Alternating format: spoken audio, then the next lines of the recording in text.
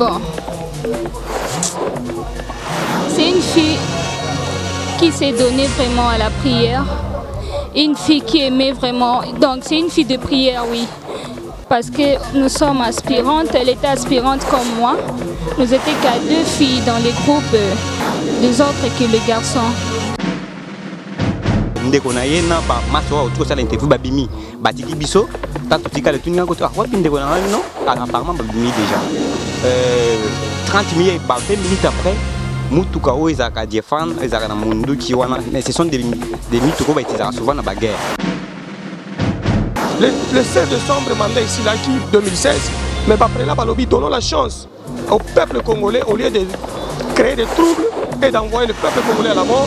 Il y a lieu de négocier, il y a lieu de dialoguer pour trouver un compromis qui pourra sauver le Congo.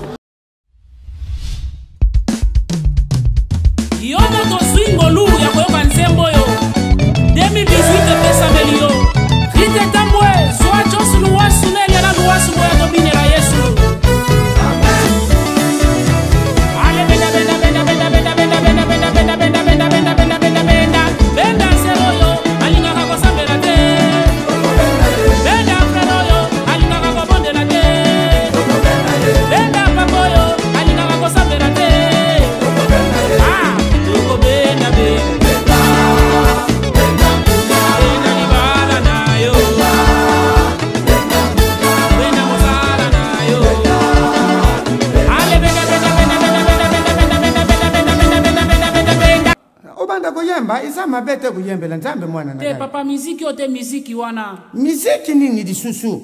Kasi miziki obaliaka batu te. Obazala ke bele wana baliaka batu miziki butu ya mboto.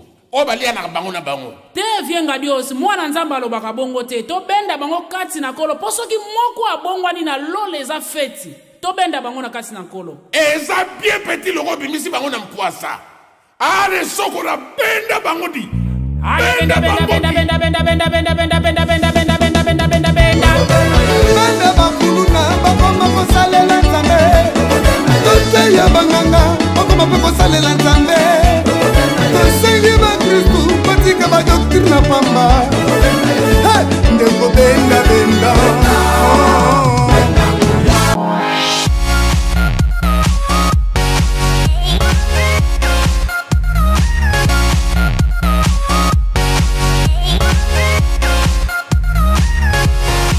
Africa Elengi TV site na bino ya bana mboka bolanda ya goma laku eyambaka baartiste ya gu eyambaka baartiste malamu eyambaka baartiste veni. Chers internautes au bozotala biso partout dans le monde entier ndekaka toyebaka biso mosala na biso eza koluka bainformation na source kokita sur le lieu toza na kati ya église Saint-François de la Salle na commune ya Kitambo côté oyo ndeko na biso ya mwasi oyo azwaki masasi akufaki fallait qu'il akoma ma sœur na mikolo ezali koya il fallait akoma ma sœur mais na makambo esalami na mboka mo mobulu esalami na mboka oyo le 21 azwaki masasi akufaki awa toza lelo jour bazosala messe mpona koyeba kopangwisa makila na ye mpo depuis babomaki ye makila ezalaki kaka wana bazosala messe mpona bayeba ndenge nini ya kopangwisa makila na ye comme ça mikolo ezali koya nde bakobimisa corps nde toyeba na kati kaka ya Afrika Elengi émission oyo ya kilelo émission oyo ya makambo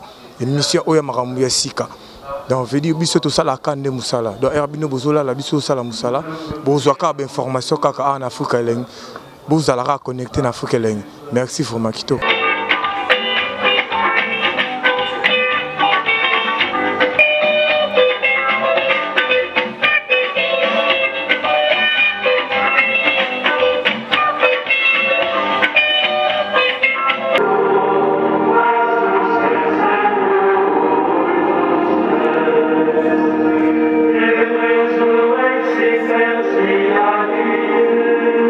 Secondo scritto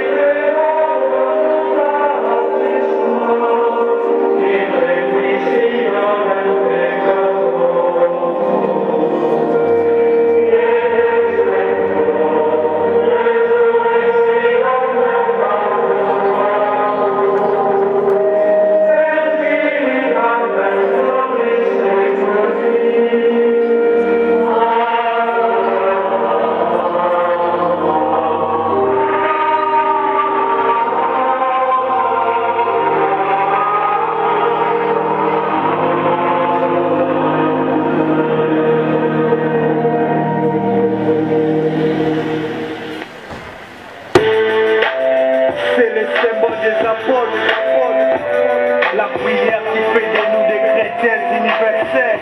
Je crois.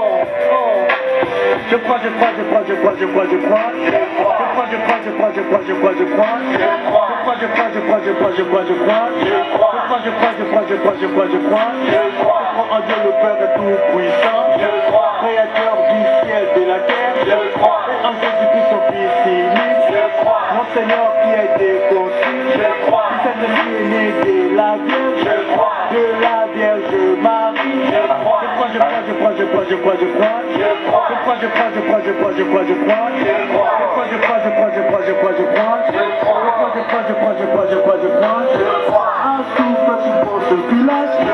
a été crucifié, a été enseveli, et descend aux enfers, le troisième jour est ressuscité des morts, et mon Dieu monte aussi, est assis à la droite de Dieu, le Père est tout puissant. Je crois.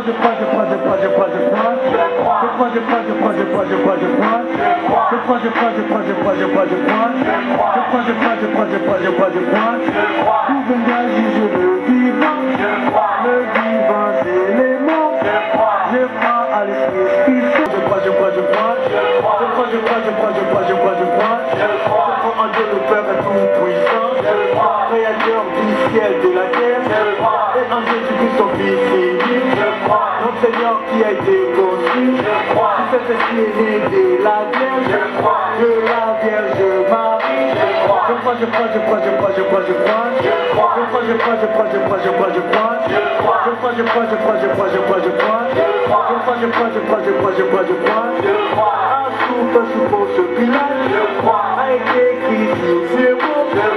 internautes nous toujours continuer kaka toza kaka na kati ya Sœur François de la Salle toza vraiment na meilleur ya ami ya sœur na biso oyo akufaki de bomona na babachi donc oyo aza vraiment meilleur ami na ye a ko expliquer biso ndenge sœur azalaki vivant ndenge ane ko se comporter azalaki boye ye aza mieux placé à expliquer biso. Bonjour. Bonjour. Maman kombo nani? Justine. Oui, bah qui sort en abus. Oui. Elle était vraiment une meilleure amie. Donc, on était trop proches, la paroisse, même chez moi à la maison, on lui connaissait. Chez elle aussi, donc c'était déjà une famille qu'on était ensemble, oui. De Viva, Abaneko s'est comporté de nous. Bon. C'est une fille qui s'est donnée vraiment à la prière. Une fille qui aimait vraiment. Donc, c'est une fille de prière, oui. Parce que nous sommes aspirantes, elle était aspirante comme moi. Nous étions qu'à 2 filles dans les groupes, les autres que les garçons. Donc c'était trop habitué. Souvent elle était là devant la grotte. Chaque jour, chaque matin, elle était là à la grotte. Elle faisait que prier. Donc toute sa vie, elle a passé une vie de prière, vraiment de prière. Elle aimait la prière. Donc moi et lui, on s'est connus grâce à la prière. Grâce à ces prières que je me suis rapprochée à elle. Et il y a tant de souvenirs, tant, beaucoup. On n'est même pas commencé à vous expliquer parce que c'est... Explique-nous, même si 2 souvenirs ou 3 souvenirs. Bon. D'abord, Thérèse, on s'est rencontrés à la paroisse. Elle m'a conseillé. C'était vraiment une fille des conseils. Et puis pas n'importe quel conseil. Elle n'attendait pas souffrir quelqu'un. Elle ne voulait pas que ses amis souffrent. Donc à chaque moment que j'ai souffert, elle était là. Chez moi, elle venait me voir avec ses conseils. Et puis notre souvenir, il m'a montré comment prier le chapelet. C'est elle qui m'a appris ça. Souvent on venait avec elle à la grotte. Elle m'a montré la valeur de cette maman. Sainte Vierge Marie, la mère du Seigneur. Vraiment, c'est ça comme souvenir de Thérèse. Ce sont des prières vraiment. Pour na batutu au bazotalo, il y a des diasporas, bazotala biso. Moi petite un mot de la fin rôle au banini. C'est très choquant. Très choquant, vraiment. Je ne sais pas comment expliquer ce que je ressens maintenant. C'est très choquant. seul Dieu connaît, Dieu qui a donné et c'est lui qui a récupéré. Donc nous avons qu'à dire gloire à Dieu et grâce à Dieu.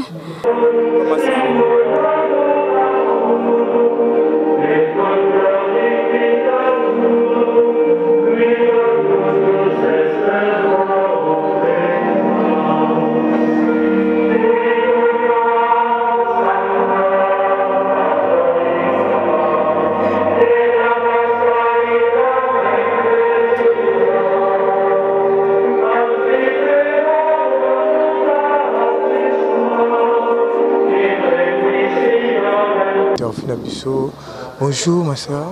Bonjour. Excusez Okoki, Koyebi Sabiso, intimité ni bozaki na on a serre na biso. Bon, azaki serre na biso ya église, toyebeka ke bazaki promotion ebele meye, azaki molende na batu, a continuer ki yango tina suka. Babomeli biso serre na biso azana faki akula na avril a confirmation, azonga ka pa kula confirmation, bon azonga kuna. Yé pas azaki parmi batu basala des autres. Tozaki biso na so dimanche wana, zaki ya kotel, ma tozaki biso na so dimanche wana. Tanga zokima ndesika ko zolende yangwana.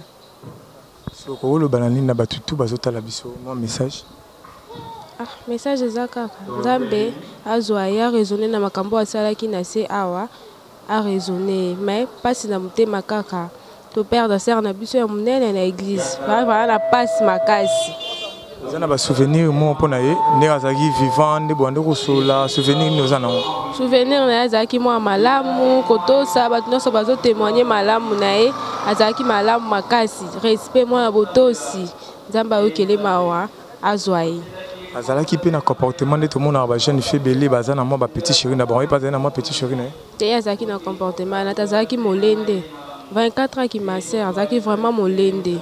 Zaki na comportement atande to bandaye ko kima dimanche wana zaki penza na souci ya mboka et puis bandaye ko sambela union so chapelet na ye so ba soda ba kotela bino tina kata paroisse te ba kota kite bazaki na mutuka likolo ba ndondo tala na biso na bango tant ba beti ba simzela ba kei ba tikala soko mona na sute eza balle perdu mais ba beta ki on volontairement ba beta ki oyo ko zwa ezwa ndesko yo ko zwa serre na biso.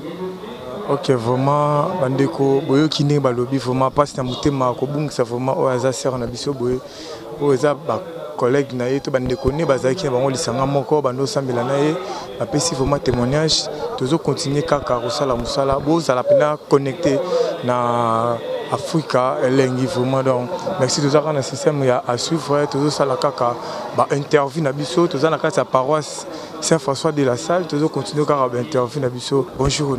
Merci beaucoup, bonjour. Le rabbin Tomonio lelo na kati ya catholique na messe ya ndeko na biso akufaki na habité intimité ni nango oyo ozalaki na ona ser erazaki de vivant. Na yebaki la sœur Thérèse Kapangala aza mwana kitambo na yebi famille na très bien na yebi papa na très bien mais koyeba ye mingi eza mingi courage na ye à participation à combat le 31 décembre tozalaki na bango na paroisse bayaka ko attaquer biso bakangaki ngai bakangaki bakendaki na nga na kankokolo kotambusanga na bakasho na bango komembanga na bureau 2 na P2 na Ipekin après koya kotika ngai le 21 azalaki na front aye kozwa balle na katikati ya paroisse Saint-François ya Kitambo esika biso tobundaka makasi pona ko ebisa ba jeune bazwa destin na bango parce que isa lutte nde libéraka mutu soki obundite kozela ba ya ko libérer ote il faut yomoko obunda pour me libérer après libération spirituelle et kolanda oti kozala la libération spirituelle te so kozala libérer physiquement te il faut nyonso mibale c'est pourquoi Sœur Thérèse abunda kana mulimu comme une aspirante religieuse et aussi comme une guerrière, une héroïne. Elle n'a pas eu peur de sortir dans la première ligne de front, accompagnée des prêtres et des religieux et religieuses. Elle a débravé la peur, elle a montré à la face du monde que c'était une femme qui pouvait changer beaucoup de choses. Et sa mort, c'est déjà un grand changement, parce que l'alternance et le respect de la cour des Saint-Sylvestre qu'elle cherchait hier sera bientôt un accomplissement. Et les générations futures, et qu'on reconnaître hier comme Manae Oyo, comme martyr Mounene, il y a le 31 décembre. Il y a le 21 décembre. Comment est-ce cause yanine? Au moment que le président Etienne Tshisekedi a Bundaki Makasi comme artisan, il y a accord, il y a Saint-Sylvestre, et le prélat catholique qui est un médiateur pour la réussite, il y a accord. Mais tu as constaté que il y a solo Bato Mususu, Bazako ya, ko bebisa accord wana pour un intérêt individuel. Malgré que le prophète, le prélat, avait déjà sonné à l'Obaki Makasi depuis 2011 après l'élection, que Babongama va préparer l'élection Kitoko, Batia Mongo Pembeni, pour tourner l'élection dans les délais impartis par la Constitution. Bango ba mi en tête qui na maloba ba prélat, baboya ki koyoka, oyo ezalaki vérité, pour passer la manœuvre dilatoire. Le 16 décembre, mandat ici là qui 2016, mais après là, Balobi donnons la chance au peuple congolais au lieu de créer des troubles et d'envoyer le peuple congolais à la mort. Il y a lieu de négocier, il y a lieu de dialoguer pour trouver un compromis qui pourra sauver le Congo. Le compromis qui avait sauvé le Congo, c'est un compromis au Bengi, accord de Saint-Sylvestre, Oyo et Zali qui outil, il y a qu'au sauver le peuple congolais mobimba na processus électoral. Mais bande qu'on a vu sur la majorité, bah boya qui koto sa outil wana, bah sala qui auto bengi désordre politique, médiocrité politique, bah tia qui bah anti-valeur liboso ya bah valeur, bah même bibiso ici katoza lelo. Si quoi bah milliard qui église catholique. Oya sauva ki bango. Bah mon église catholique zoba koti ko pèse à mot d'ordre bato batosi. C'est pourquoi aujourd'hui, après plusieurs réunions, plusieurs déclarations, il y a épiscopat catholique dans 5 ans. Après plusieurs déclarations, il y a comité laïque de coordination avec le professeur Ndayo, le professeur Nlandou et la maman. Bah telema ki makasi po ba yebisa ba imboka ya Congo. Bazala kotosa ba mot d'ordre ba ko pesa pour to sauver application. Il y a accord. Na peto landa o etali décrispation à crise na o etali respect ba prescrit accord o diebi accord wana ba ndongolo miso o ya ba médiocre ba kende ko sala arrangement en particulier à bango moko ba tie pembeni po ba tia ba poste na bango na ba tibala o ba déboucha ki na ba olenga nkoi mais ya solo il fallait que eu de pesi moko pesa ba o ya yena rassemblement poto kamba transition kitoko mais bango ba boyaki. C'est pourquoi au moment où nous parlons lelo Masole commune Mususu, toko répondre à appel nyonso, il y a épiscopat catholique ou pesa pour que ce peuple et le monde entier que seule la libération du Congo est devenue une priorité pour tous les peuples. Makambo ya Kolia, makambo ko bongisa banzela, makambo ya boy, et ça sous priorité na biso eza respect accord de Saint-Sylvestre o ekolongola ba médiocre nyonso na pouvoir ya Congo biso pe to kolembate to ko zala déterminer ya ko mobiliser ba jeune biso moko ba avocat ba jeune universitaire ba jeune cadre jeune professeur jeune assistant ba chariomen ba jeune nyonso o ba yebi que seul l'intérêt du Congo peut booster les choses ba ko zala debout et to continuer. Pour la sœur Thérèse Tolobi, elle est une bienheureuse parce qu'elle s'est battue pour la République, elle s'est battue pour le changement, elle s'est battue pour honorer la lutte du peuple congolais, les loyaux, comme déjà, qu'on honorer et qu'on s'engapé, reconnaître à travers le monde pour la combattre. Tu reconnaître l'Iwa Yasser Nabiso. À reconnaître l'Iwa Yasser Nabiso, à Bendande Matoy, à Burumbulu Oyo, à Beta Masasi, Beta pour la combattre Congolais. Les Congolais, ils ont droit à revendiquer le droit à Bango, ils ont droit à marcher, ils ont droit à revendiquer la liberté publique, la liberté de manifestation, et ça constitutionnel. Maîtresse, par rapport à l'Iwa Yandekonabiso, Azalaki na kati ya bato bagna au marché mbe, azana kati ya bato basima ki mabanga pona kobamba basoda mbene. Azalaki parmi bao babamba ki mabanga parce que na Saint-François to bamba ka mabanga te, to marchaka na ndenge ya non violence. To marchaka na ndenge ya lutte pacifique parce que nous sommes à l'enceinte de l'église catholique et puis la marche est demandée par bato ya Bwanya. To senga kakaka non violence. Tosenga kakaka respect à la lutte pacifique. Tosenga kakaka application de la méthode reconnue conventionnellement comme étant la méthode faisant partie de la lutte résistante et la lutte pacifique conformément aux instructions que le comité laïque de coordination et PESA Kabiso. Maître, Massasi wana batiraki yango ezaki balle perdu mais batiraki yango volontairement. Babeti Rafale et juillet. Bakotati na kati ya salle. Le 31 décembre bakota kati na salle babeta balacrymogène bakanganga na kati ya salle bamema ngai bisika bamema bema ngai. Oyo mususu oyo sera zako bima ba betele na porte ya salle. C'est que maître réanimé ya docteur Sonja za na kati ko pe tuna yeba question. Ok, maître, ce qui totalement bien, c'est que c'est moi qui me trouble moro, vous avez qui n'a qu'à y entourage, ça la trouble comment? Comme marché, ils ont troublé. Comme marché, ils ont constitutionnel. Comme marché, c'est aux avocats, aux ministres, aux alanines. Chaque fois que le droit est bafoué devant un régime dictatorial, il faut braver la peur, il faut marcher. L'unique méthode, l'unique moyen de s'exprimer dans notre pays, c'est les marches pacifiques. Maître, pour la diaspora, partout dans le monde entier, moi, un petit message. Pour la diaspora, tozo ebisa bango, biso tozo tia lumbe awa. Pour la transition sans M. Kabila, pour le respect à corps à Saint-Sylvestre. Nous sommes allés au Simba et Simbi, au Simba et Simba, pour qu'il y ait organiser l'élection à Boigna. Au dictature, comme il y a la biso na discours à lobby, et la dictature, moi, ko Simba na mboka na bisoté. Congolais, il faut atteler les mailles que tous les pays mi balete, tous les pays kakamo moko, comme mon angoko Congo. Ce que les Congolais a solo, tellement ici que nous sommes allés, aux la poto. Qui ne manifester les besoins ambassade. Tu vois là na Kinshasa, na quartier na yo, na commune na yo, na rue na yo, banda manifestation parce que M. Kabila doit partir et il partira à coup sûr. Mais tu as montré que bazo kufa quand catholique chaque dimanche bato ça la marche. Moi chaque dimanche nous allons la kaka bazo kufa. Catholique a kosenga marche, bisopé baï politique to kosenga ba marche. Société civile, la corporation, nous sommes en marche, donc on continue à tambola parce que Mboka est à biso, constitution au Kabila lobby est à la constitution et lobby liberté de manifestation et de mouvement. Donc nous avons la liberté de demander une marche conformément à l'article 26 et lui doit l'accorder et il doit demander aux policiers, aux services de sécurité de nous encadrer, de nous protéger. Parce qu'il dit qu'il est l'artisan de cette constitution, qu'il les réalise. Et le lobby nini pour la marche. Et le lobby que les policiers font appeler à Bomaka. Le même moyen qu'ils ont pour réprimer les manifestations, qu'ils utilisent les mêmes moyens pour encadrer les manifestations. Merci vraiment, très cher internaute, sur votre Talibiso. Vraiment, qui ne met à lobby, vraiment s'exprimer. N'a pas vraiment douleur, ma casse c'est ça dans Congo. Surtout au père de vraiment de Konabiso, vraiment.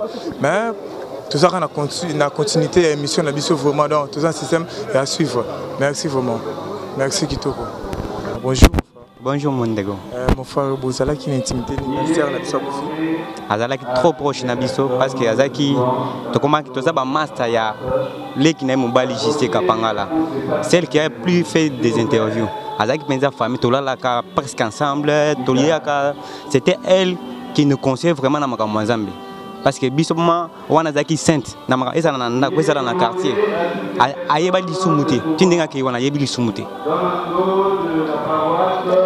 Mais à notre plus grande surprise ba ministre bazo leka bazo fingaye eloko zo pesanga kanda makasi zake non na ba ministre na Kabila se permet de dire soi-disant c'est moko akufi et que wana lobi soi-disant Kabila quoi lobby que non soi-disant c'est mon boya kufi na interview na ya lobby ya salaki et que soi-disant c'est mon boya kufi après si ba ne condoléances tout ça pour ça ne condoléances na été ayebi que place à Simbeza place à Mabe pour cette fois-ci c'est toute une génération où ils ont finga ou sacrifié mais parmi la génération de bato mususu batika laka nde babiso tozali wana pona ko tambola pona ko lakise que non mboko oyo eza ya ye mon côté ayeba que non nous sommes jeunes. Le Mumba a tika la biso du lobaboy, totele mabomoko, to bundela moko pour cette histoire bisomoko. Maintenant nous faisons notre histoire. To lingite baya o babete biso histoire, to c'est attaque soutien communauté internationale parce que les jours où il y a manifestation, il nous a intervenu. C'était prévu que MONUSCO assistait et ça la mission en observation. Mais on n'a vu aucun agent à MONUSCO sur place.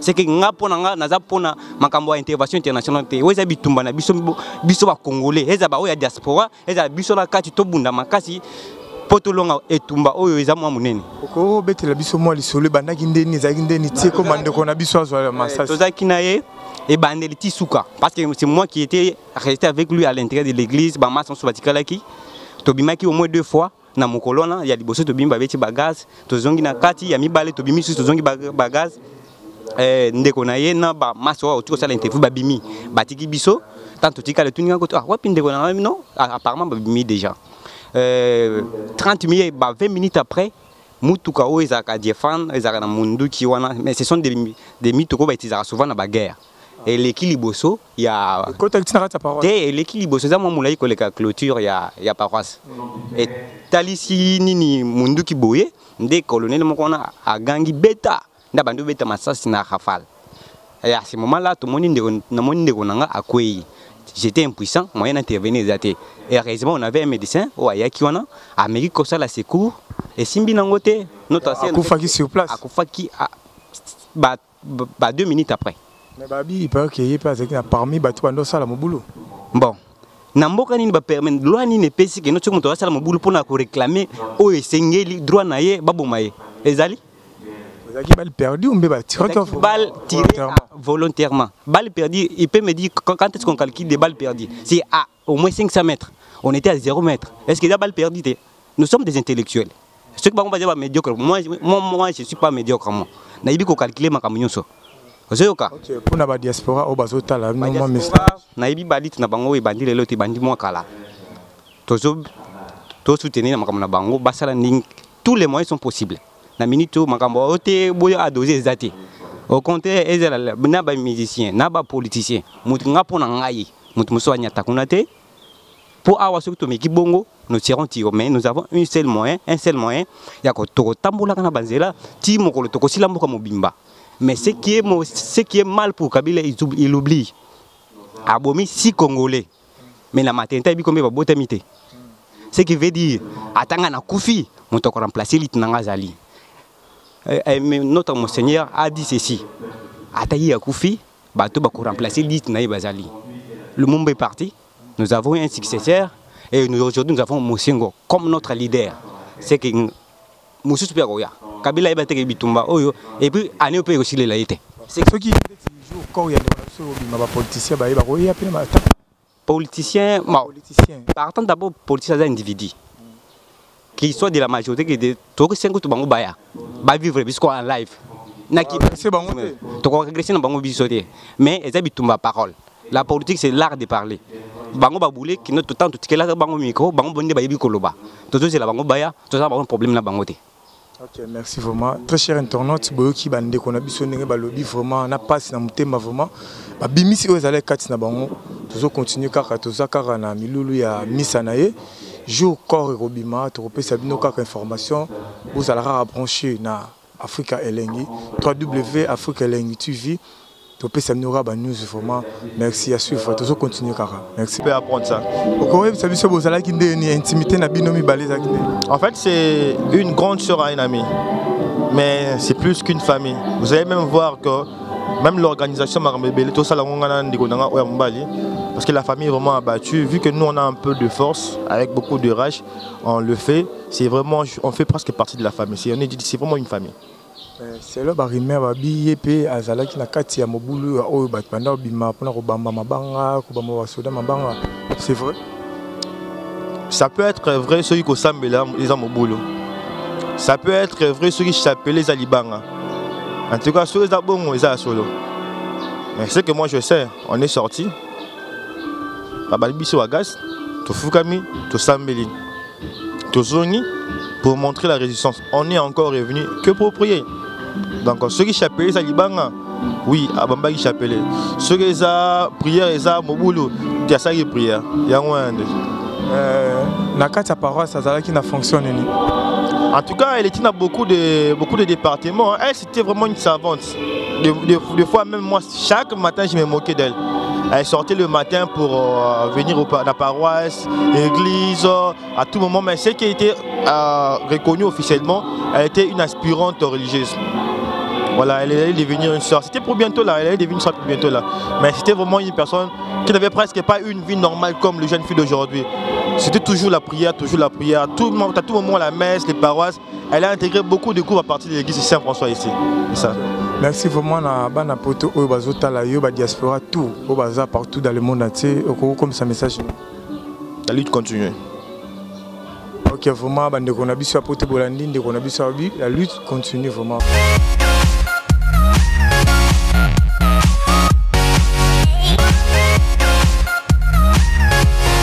Africa Elengi TV, site na bino ya bana mboka bolanda yango malamu eyambaka baartiste ya gu eyambaka baartiste malamu eyambaka baartiste veni